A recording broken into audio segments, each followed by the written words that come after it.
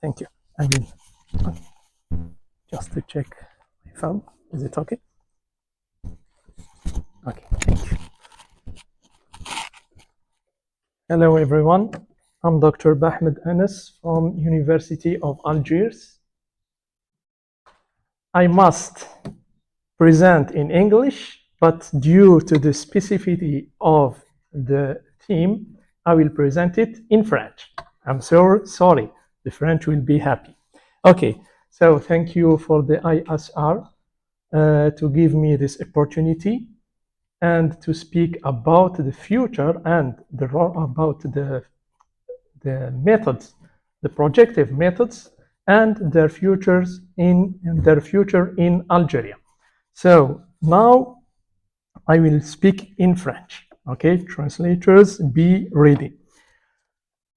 Bon, bonjour à tous. C'est vraiment très difficile de résumer une communication qui normalement va durer 15 minutes dû au temps. C'est pour ça que j'ai préféré résumer l'histoire, même si elle est très importante pour comprendre l'histoire des méthodes projectives en Algérie. Le premier titre, c'est les techniques projectives des avis mitigés. Pourquoi des avis mitigés en Algérie? Parce que depuis longtemps, depuis 1973, lors de la promulgation du statut des psychologues en 1973, les psychologues algériens se sont toujours intéressés aux méthodes projectives, notamment le Rorschach et le TAT. Ceci dit, il a fallu créer plusieurs organismes et aussi des associations comme la SARP, la Société algérienne de recherche en psychologie.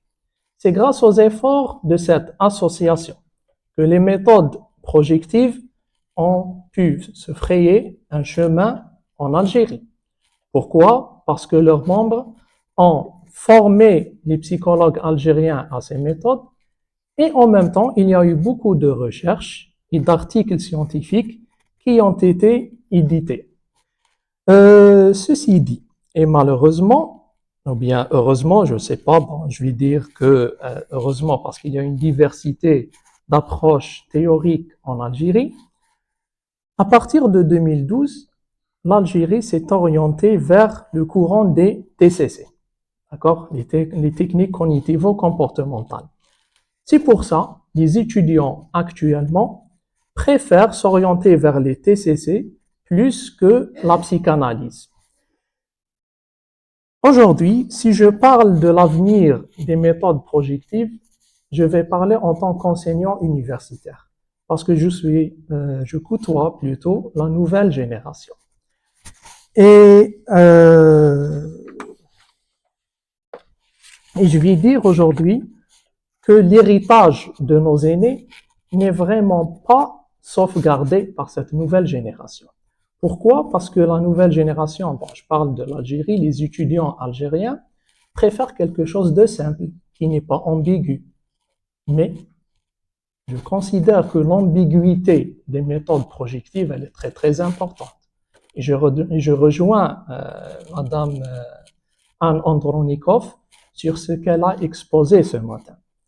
Et à partir de là, et c'est cette ambiguïté qui m'a permis de rentrer dans ce monde. Mon intérêt pour les projectifs. Mon intérêt pour les projectifs, et plus précisément pour le Rorschach, s'est accentué en 2014, lorsque j'ai intégré les services de police algériens en tant que psychologue clinicien. À cette époque, j'ai été chargé d'évaluer l'état psychologique de policiers en exercice pour diverses raisons, soit dans le cadre du recrutement, l'habilitation à porter une arme de service, ainsi que des auteurs de différents crimes et délits. Je disposais de tests objectifs et d'autres projectifs. Mais au cours de ma pratique clinique, j'ai constaté que les projectifs étaient mieux adaptés à ma population. Pourquoi? Parce qu'ils sont difficiles à contourner. C'est un élément très important. surtout lors des expertises psychologiques, où nous avons besoin de plus de précision et d'objectivité sur le plan psychologique. Ils sont ambigus et offrent aussi une meilleure compréhension de l'état psychique. Pour moi, c'était les outils idéaux. En 2015, j'ai décidé d'intégrer le Rorschach à mes recherches académiques. Dans le cadre de mon master, j'ai choisi d'étudier le traumatisme vicariant chez les premiers intervenants en cherchant des indices au Rorschach qui supposaient la présence d'un traumatisme psychique secondaire. Voulant m'approfondir davantage sur la question du Rorschach et du traumatisme, j'ai opté pour l'utilisation du Rorschach en système intégré dans ma thèse de doctorat. J'ai voulu étudier les processus cognitifs et émotionnels de policiers ayant été confrontés à des actes terroristes au cours des années 90 jusqu'à 2008 et qui ont développé un PTSD à expression retardée par la suite, diagnostic du DSM-5. À ce jour, je continue d'utiliser le Rorschach en système intégré en tant qu'outil de mesure favori.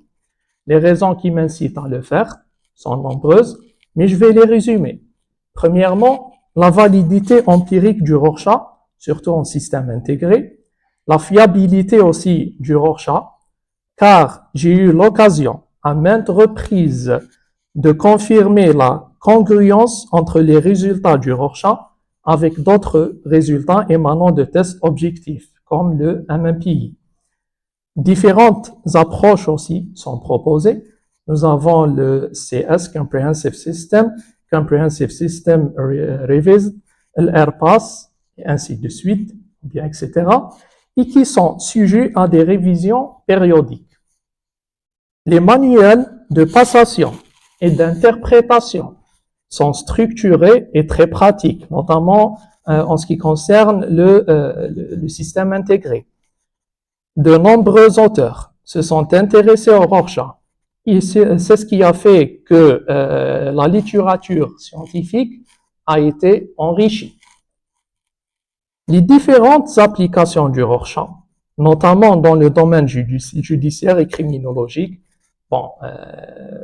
j'ouvre une parenthèse, c'est un domaine qui relève de mes centres d'intérêt. Maintenant, l'avenir des projectifs en Algérie. Nos aînés ont eu le mérite d'intégrer les méthodes projectives dans la pratique clinique. Ces méthodes sont toujours enseignées à l'université algérienne en licence 3 et en master 1, que ce soit dans les modules de tests psychologiques, techniques d'investigation, tests de personnalité, ainsi que dans des instituts de formation tels le CREAPSI et le AW Conseil et Formation. De plus, un projet de création d'une association algérienne et nationale dédiée au Rorschach et aux tests de personnalité est en cours de réalisation par le professeur Haddadi Dalila afin de renforcer la position des tests projectifs en Algérie. Cependant, je constate, en tant qu'enseignant universitaire, que les étudiants et les jeunes psychologues ne partagent pas le même intérêt pour ces méthodes que nos aînés. Souvent, ils estiment que ces méthodes sont obsolètes, difficiles et sans intérêt scientifique. D'autres psychologues, plus aguerris, remettent en cause quelques aspects de ces méthodes projectives.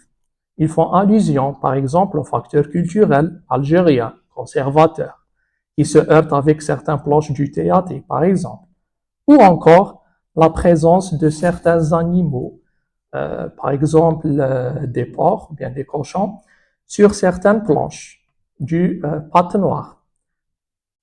D'autres, par exemple, les critiques ciblent davantage le manque de prise en considération de la perception de certains symboles algériens lors de la cotation au Rorschach.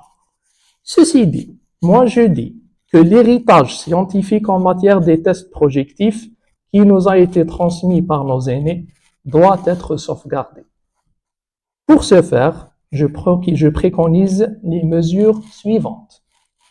Inciter les étudiants et les jeunes psychologues à s'intéresser davantage aux épreuves projectives à travers la réalisation de portes ouvertes, de colloques, de webinaires, met en exergue le rôle de ces tests dans le diagnostic psychologique et l'orientation de la psychothérapie.